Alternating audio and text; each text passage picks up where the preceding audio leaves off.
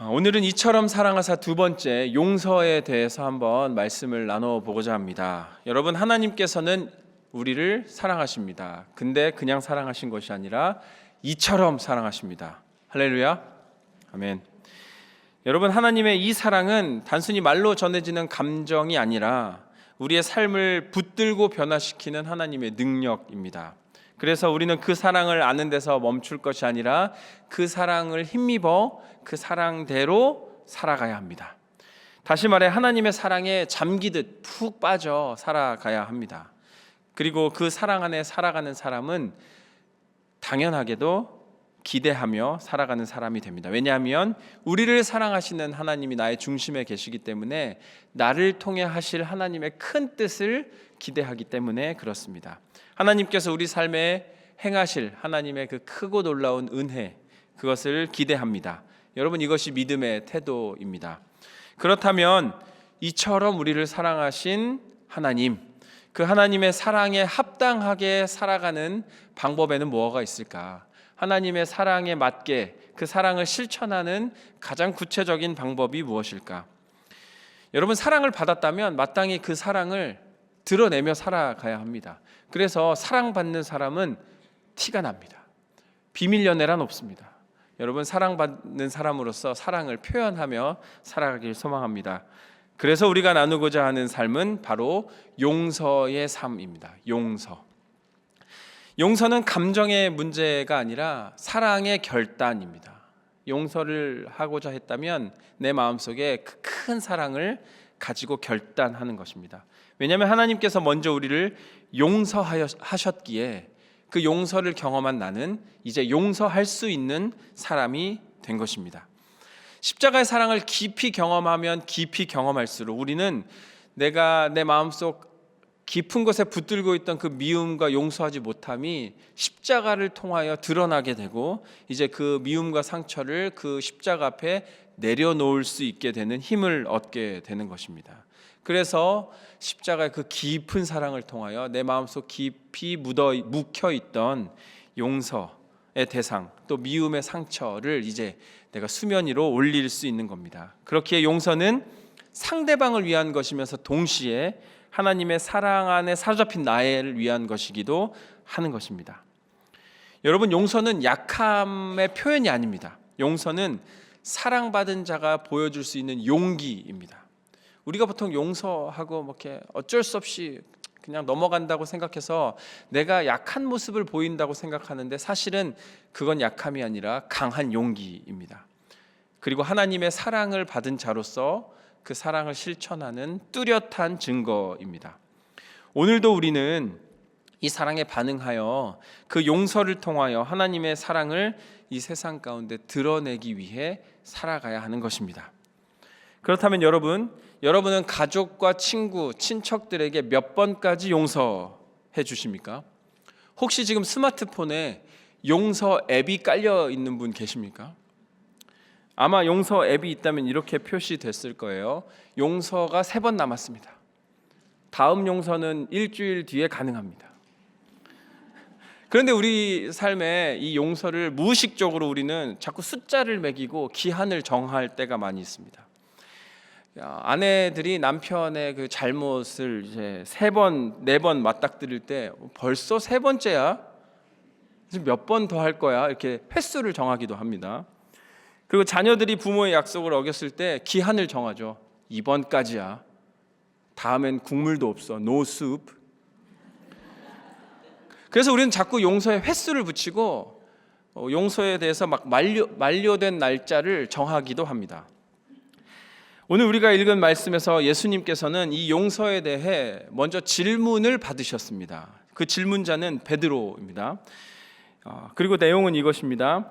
예수님, 어떤 이웃이 나에게 잘못한 일이 있을 때 몇 번이나 용서하면 되겠습니까? 넉넉 잡아 한 7번이면 괜찮을까요? 이렇게 베드로는 횟수에 대해서 질문을 했습니다. 사실 베드로 예수님께 질문하면서 이렇게 7번, 예상 답변으로 한 7번이면 될까요? 라고 얘기하는 것은 자기 나름대로 아주 관대하고 넉넉한 용서를 보여준 겁니다. 당시 유대인들은 보통 3번까지 용서하면 칭찬받았습니다. 아우 잘했다 이렇게 칭찬받았습니다. 그렇기 때문에 베드로가 말한 7번이란 용서의 횟수는 당시 칭찬받은 것의 2배 이상입니다. 오늘 본문과 비슷한 이야기를 다루는 누가복음 17장에 예수님께서 제자들에게 7번이라도 용서해라라고 가르치고 계시는 것에서도 우리는 알 수 있습니다.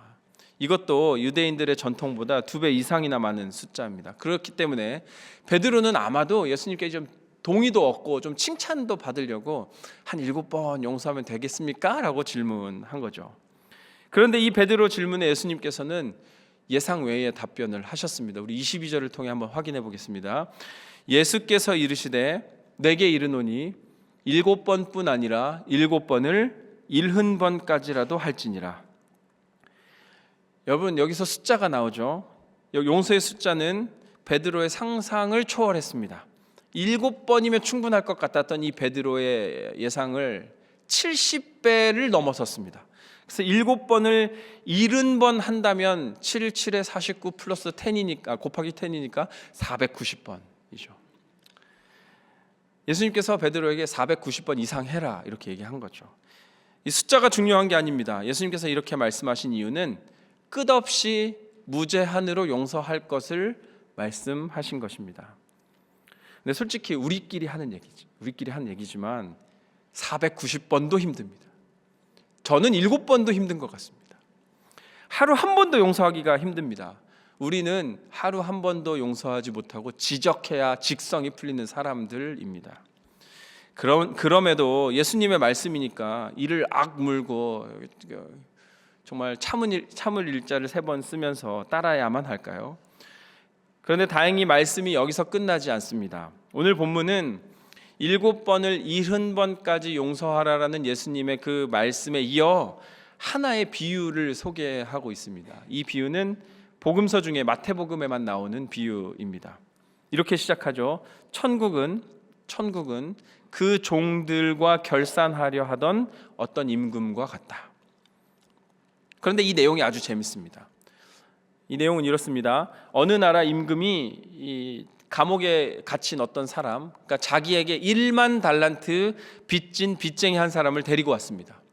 이 사람이 어떤 이유인지는 잘 모르겠습니다. 근데 그 당시에 아주 복잡한 그 나라적인 금융 사건에 휘말렸는지 어쨌든 어떠한 이유로 이 임금에게 천문학적인 숫자의 재정적 손해를 끼친 것으로 추정됩니다. 그것 때문에 이미 감옥에 갇혀 지냈습니다. 여러분 1만 달란트가 10,000원이 아닙니다. 1만 달란트는 얼마나 되냐 하면 그 당시 헤롯 정권의 1년 예산이 900달란트였습니다. 대략 11년 예산입니다. 그리고 예수님이 활동했던 갈릴리 지역의 세금을 모두 합하면 1년 동안 걷어들이는 세금의 합이 200달란트였습니다. 그럼 1만 달란트는 어느 정도 크기인지 대충 감이 없으신 것 같아서 요즘으로 치면 한 100억 달러 정도 합니다. 그러니까 한국 돈 한 10조 정도 된다고 합니다. 한마디로 절대 갚을 수 없는 빚입니다. 내 노력, 내 능력, 내 주변의 도움으로는 불가능한 빚. 이렇게 큰 돈인 1만 달란트 빚진 사람에게 임금님은 종과 그 가족을 모두 팔아버릴 것을 명령합니다. 그러자 이제 그 사람이 엎드려 절하고 용서를 구합니다. 제발 언젠간 갚을 때니 제발 용서하여 주시오. 그런데 놀랍게도 임금님이 이 종의 간구를 불쌍히 여겨 모든 빚 자체를 탕감해 주었습니다. 그리고 석방하고 자유를 주었습니다. 여러분 얼마나 기쁘겠습니까? 나만 팔려가는 것도 억울한데 내 가족과 자녀들까지 팔려갈 지경, 평생 내가 어떻게 갚을 수 없는 그 빚이 나에게 있는데 그 모든 빚을 탕감해 준 은혜. 여러분 빚도 탕감되었는데 더군다나 자유까지 얻게 되었습니다. 여기까지 아주 훈훈합니다. 그런데 이 모든 빚을 탕감받고 자유인으로 풀려나 이제 집으로 가던 이 사람이 자기에게 100데나리온 빚진 사람을 만납니다. 이 100데나리온 요즘으로 치면 한 10,000불 정도 된다고 합니다. 10,000불. 적은 돈은 아니죠. 그런데 100데나리온은 금방 자기가 탕감받은 10,000달란트의 50만 분의 1 정도밖에 안 되는 금액입니다. 그래서 이 사람이 빚진 자를 만나 이 빚진 자의 목을 잡고 얘기합니다. 내 돈 내놔, 이렇게 얘기한 겁니다. 그러자 그 빚을 진 친구가 이렇게 얘기합니다. 29절에 기록하죠. 그 동료가 엎드려 간구하여 이르되 나에게 참아주소서 갚으리이다 하되. 여러분 26절 한번 다시 한번 읽어볼까요? 29절 말고 26절입니다. 그 종이 엎드려 절하며 이르되 내게 참으소서 다 갚으리이다 하거늘. 여러분 자신이 불과 몇 시간 전에 임금에게 했던 모습과 똑같은 모습이 자기 친구에게서 나온 겁니다. 자기 친구가 용서를 구하는 모습이 마치 자기의 모습과 똑같은 상황입니다. 그런데 이 1만 달란트 빚지고 용서받은 이 사람은 자신에게 용서해달라고 말한 이 친구를 용서하지 못합니다. 목을 잡고 끌고 가 감옥에 가두었습니다. 이런 사실을 알게 된 주변 사람들이 임금에게 알리자 이 임금은 이 1만 달란트를 탕감받았음에도 불구하고 100데나리온 빚진 친구를 용서하지 못한 이 사람을 붙들어 책임을 묻고 다시 감옥에 가두었다는 얘기입니다. 여러분 예수님의 이 비유의 말씀은 우리의 모습을 먼저 보게 하고 동시에 하나님의 그 크신 사랑을 경험케 합니다. 하나님이 이처럼 우리를 사랑하십니다. 그리고 그 사랑 안에 용서가 무엇인지 생각하게 하시고 마음속에 용서의 마음을 불러일으켜 주시는 것입니다. 그런데 여러분 좀 불편하고 억울한 상황, 우리가 살아가다 마주하는 불편한 상황, 억울한 상황, 왜 나만 잘못되어 같은 그런 상황 가운데서도 용서가 잘 되십니까? 인간의 본성은 용서가 잘 안 됩니다. 아주 잠깐이라도 그 찰나에 나에게 기분 나쁜 말을 한다면 화가 치밀어 그 사람은 꼴도 보기 싫어집니다. 방금 우리가 본 본문의 비유에 등장하는 그 사람이 마치 내 모습 같아 보입니다. 1만 달란트 탕감받았음에도 불구하고 자신이 탕감받은 금액의 50만 분의 1밖에 되지 않는 그 100데나리온 빚진 친구를 보고 아주 기분 나쁜 마음에 용서하지 못한 참으로 뻔뻔하고 적반하장도 유분수인 모습, 우리가 보기에 괘씸한 이 모습, 사실 여러분 이 모습이 우리의 모습입니다. 그렇다면 우리는 이제 어떻게 용서하는 삶을 살아갈 수 있을까? 우리를 이처럼 사랑하시는 하나님께서 우리가 용서의 삶을 살기를 원하시는데 오늘 말씀을 통해 우리에게 부어주시는 은혜는 무엇인가? 한마디로 나를 이처럼 사랑하시는 하나님께서는 우리로 하여금 용서의 삶을 살기를 원하십니다. 용서의 삶입니다.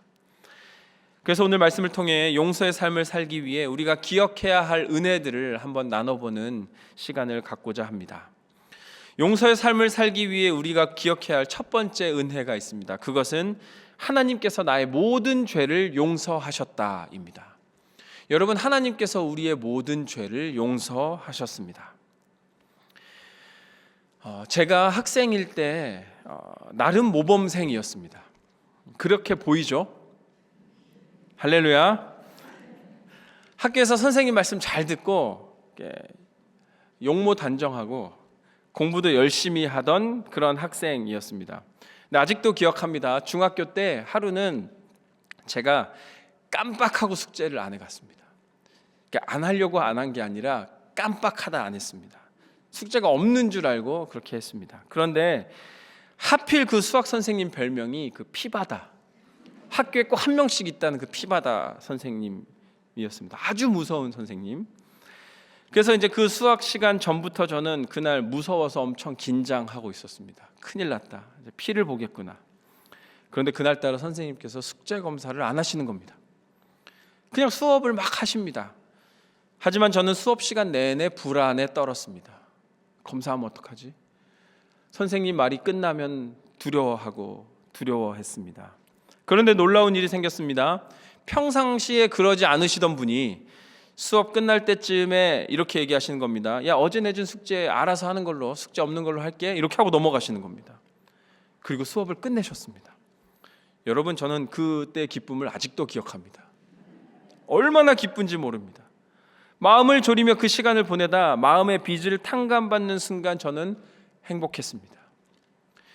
여러분, 작은 숙제 하나 탕감받는 것도 이렇게 기쁜데 지금 내게 있는 빚을 누군가 다 갚아준다면 얼마나 기쁘고 고맙겠습니까?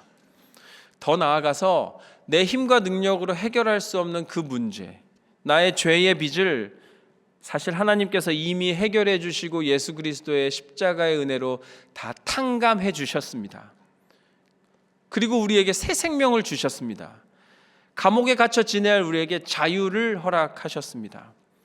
여러분, 하나님께서는 1만 달란트의 빚을 탕감해 주신 임금님이십니다. 그래서 우리의 힘으로 도저히 갚을 수 없는 죄와 죽음의 빚을 십자가로 인하여 탕감해 주셨습니다. 우리의 모든 죄를 용서해 주셨습니다.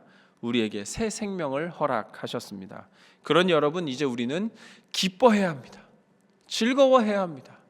내가 갚을 수 없는 그 모든 것을 다 갚아주셨기 때문입니다.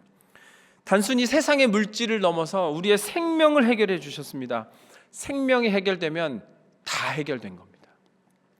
그러니 여러분, 우리는 용서의 삶을 살기 위하여 하나님께서 내 모든 것 용서해 주셨다, 이 사실 하나만 먼저 기억해도 반은 해결될 줄로 믿습니다. 하나님께서 우리의 모든 죄를 용서하셨습니다. 그러니 그 은혜를 기억하며 살아가는 우리 모두가 되기를 소망합니다. 용서의 삶을 살기 위해 우리가 기억해야 할 두 번째 은혜는 내가 받은 용서를 한 번 더 기억하자입니다. 용서받은 은혜를 기억해야 합니다. 내가 받은 용서를 기억해낸다면 다른 사람이 나에게 한 잘못이 아주 사소하게 느껴질 수밖에 없습니다. 왜냐하면 하나님께서 허락하신 그 용서에 비하면 그 어떠한 것도 문제되지 않기 때문입니다. 1만 달란트와 100데나리온 이상의 차이입니다. 오늘 본문에 나오는 100데나리온은 결코 작은 금액은 아닙니다. 그런데 아까도 말씀드렸다시피 1만 달란트에 비교하면 아주 사소한 금액입니다. 나의 모든 것, 도저히 내가 해결할 수 없는 그 모든 것을 용서받았으니 나도 용서받은 사람으로서 이제 다른 사람을 용서할 수 있어야 한다입니다. 도저히 용서받을 수 없는 죽을 수밖에 없는 우리가 새 생명을 얻고 깨끗하게 되었으니 이제 용서하지 못할 이웃이 없다는 것을 우리가 깨달아야 합니다. 게다가 여러분, 한번 경험해 본 사람은 그 경험한 것을 실천하기 쉬워집니다. 그렇기 때문에 용서받은 우리는 용서할 수 있습니다. 여러분, 요즘 유행하는 두쫀쿠 들어보셨나요? 두쫀쿠? 제가 알려드릴게요. 요즘 핫한, 자녀들에게 두쫀쿠 아냐 물어보세요. 두바이 쫀득 쿠키.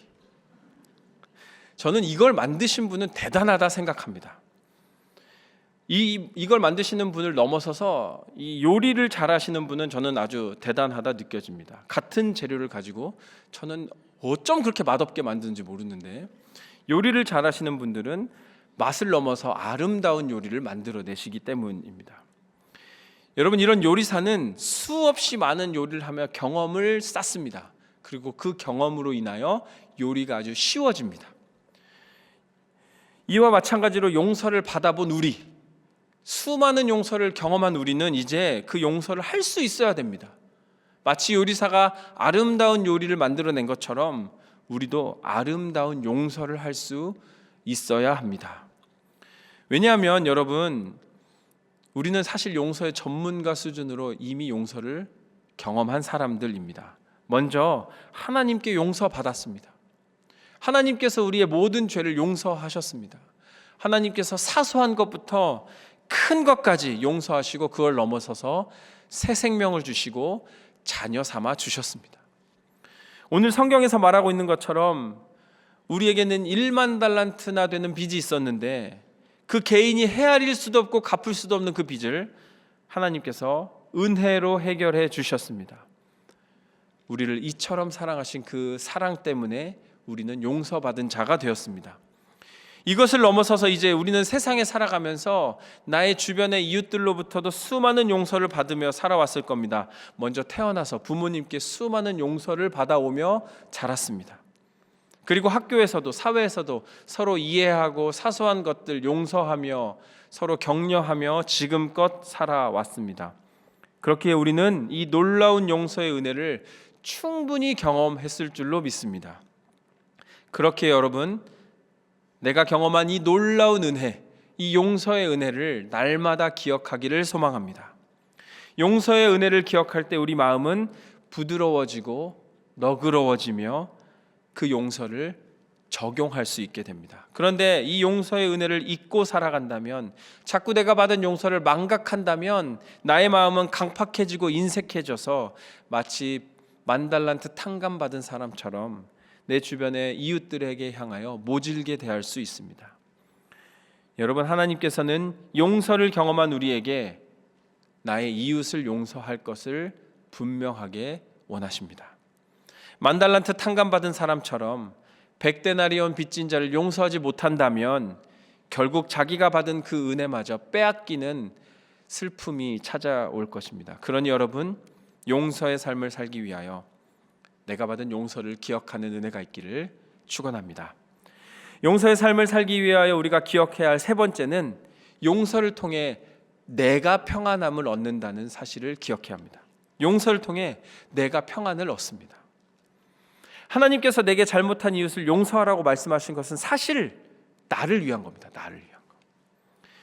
오늘 성경 본문에 쓰여진 용서는 헬라어로 히에미입니다. 히에미. 이것은 자신을 풀어주다, 멀리 놓아주다, 가게 하다라는 뜻을 가지고 있습니다. 그래서 이 단어의 뜻대로 해석해도 은혜가 됩니다. 내가 용서하지 못하면 내가 나를 가게 하지 못한다. 내가 용서하지 못하면 내가 나를 풀어주지 못하고 묶인 자로 살아가게 한다입니다. 그래서 그 묶인 마음 때문에, 나를 가게 하지 못하는 마음 때문에 그 사람과 사건에 대한 미움과 분노에 사로잡히게 된다는 겁니다.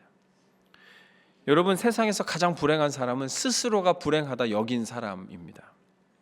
스스로가 불행하다고 여기는 것은 용서하지 못한 마음에, 그 마음에 매여 있기 때문에 그렇습니다. 용서하는 마음이 있을 때 비로소 과거의 상처와 아픔에서 자유로울 수 있습니다. 내가 그 용서를 통하여 풀어주고 놓아주고 가게 하기 때문입니다. 그래서 용서하지 못하면 과거의 상황이 현재의 나를 짓누르고 지배하는 상황에 놓이게 됩니다. 용서하기 전에는 우리의 삶에 두 가지 무거운 짐이 놓이게 됩니다. 상처를 준 사람은 죄의 무거운 짐, 상처를 받은 사람은 원망의 무거운 짐에 사로잡히게 됩니다. 그런데 용서는 그 두 사람을 모두 자유롭게 합니다.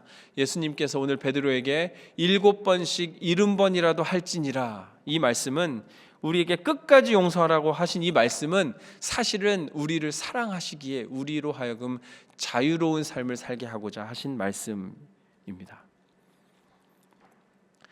여러분, 이제 용서를 통하여 내가 먼저 자유로워지는 은혜가 있기를 소망합니다. 내가 용서하지 못하고 그 잘못된 마음에 사로잡혀 있다면 얼른 그 마음을 보내주시길 바랍니다. 그런데 우리가 용서가 힘든 이유가 이것입니다. 우리가 용서하기 전에 이러한 생각에 사로잡혀 있기 때문입니다. 내가 용서를 하긴 하는데 그 사람이 그 용서를 받고 뉘우치기나 할까? 내가 용서한다고 그 사람이 반성이나 할까? 아니, 나는 용서했는데 그 잘못한 사람은 그걸 신경 쓰지도 않고 여전히 똑같이 살아간다면 나는 억울해서 잠을 못 자겠다. 하지만 여러분, 내가 용서하고 하나님의 그 사랑을 실천하고 그 사랑을 흘려보낸다면 하나님이 모두 알고 계십니다. 하나님이 알고 계십니다. 그리고 내가 하나님께서 원하시는 하나님의 뜻대로 하는 그 행동 때문에 이제 내 마음속에 악을 이기게 하고 내 마음에 평안을 허락할 줄로 믿습니다. 여러분, 용서는 남의 죄를 덮어주고 남의 죄를 해결해 주는 것이 아니라 사실은 내가 그 고통으로부터 자유로워지는 첫걸음입니다. 남의 잘못은 하나님이 판단하시라고 맡겨두는 것이 우리에게 더 유익할 줄로 믿습니다. 우리는 우리에게 잘못한 사람을 용서하고 빨리 내 마음을 옥죄고 있는 그 고통에서 벗어나야 할 줄로 믿습니다. 누군가 우리에게 상처를 주더라도 우리는 그 상처로 인하여 상처받는 것이 아니라 오히려 인정을 베풀고 그들을 위하여 기도하며 선한 용서를 감당할 수 있어야 할 줄로 믿습니다. 그렇게 하나님께서는 용서받은 우리를 통해 하나님의 용서가 계속되어지기를 원하시는 것입니다. 제가 예전에 어떤 글에 이런 글이 있었습니다. 한 중년 남자분이 어렸을 때부터 아버지와의 갈등으로 마음속에 깊은 상처가 있었습니다. 아버지를 보기도 싫었습니다. 그래서 아버지와 왕래를 끊고 지내다가 그 아버지가 쓰러졌다는 소식을 듣고 놀라 찾아가 보았는데 그 쓰러지신 아버지가 자기를 향하여 마지막으로 남긴 말이 아들아 미안하다 였습니다. 그런데 놀랍게도 그 말을 듣자마자 지금껏 용서하지 못한 그 마음이 움직여서 눈물로 그 아버지에 대한 원망을 해결했다고 합니다. 그런데 그 다음에 고백이 놀랍습니다.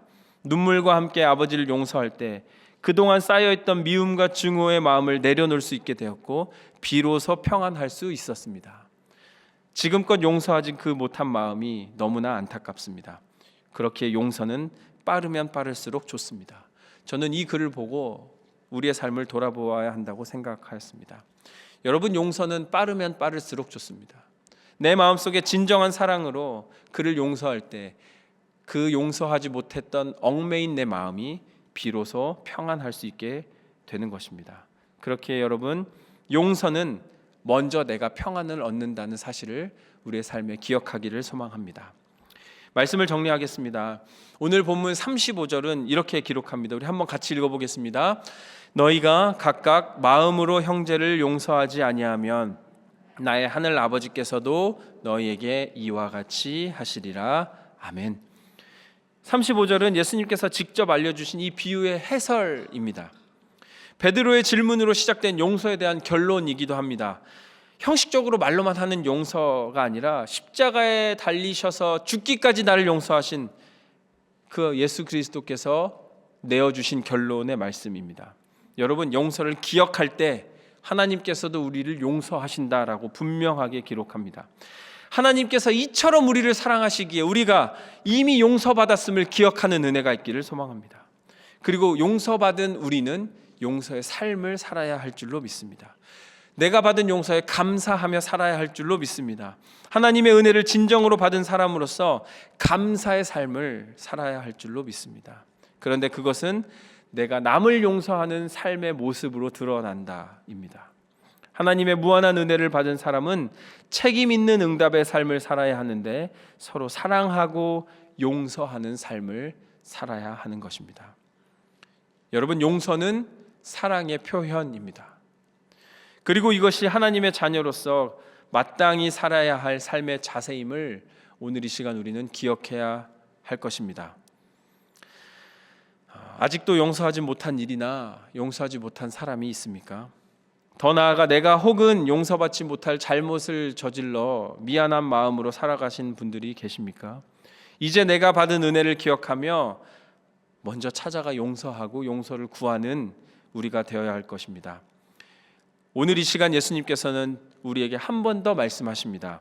7번뿐 아니라 7번을 70번까지라도 할지니라. 여러분, 이것은 명령이 아니라 은혜의 초대입니다. 내가 너를 이처럼 사랑한다. 내가 사랑한 것 기억하지? 너도 가서 용서를 통해 사랑을 실천해라. 하나님께서는 우리가 용서의 삶을 통하여 하나님의 큰 은혜를 경험하고 죄에서 노임받아 진정한 자유의 삶을 살아가는 삶을 살기를 원하십니다. 아직 용서하지 못한 사람 있습니까? 아직 용서를 구하지 못한 일이 있습니까? 오늘 받은 은혜 기억하여 용서의 첫걸음을 내딛는 우리 모두가 되기를 간절히 축원합니다. 아멘.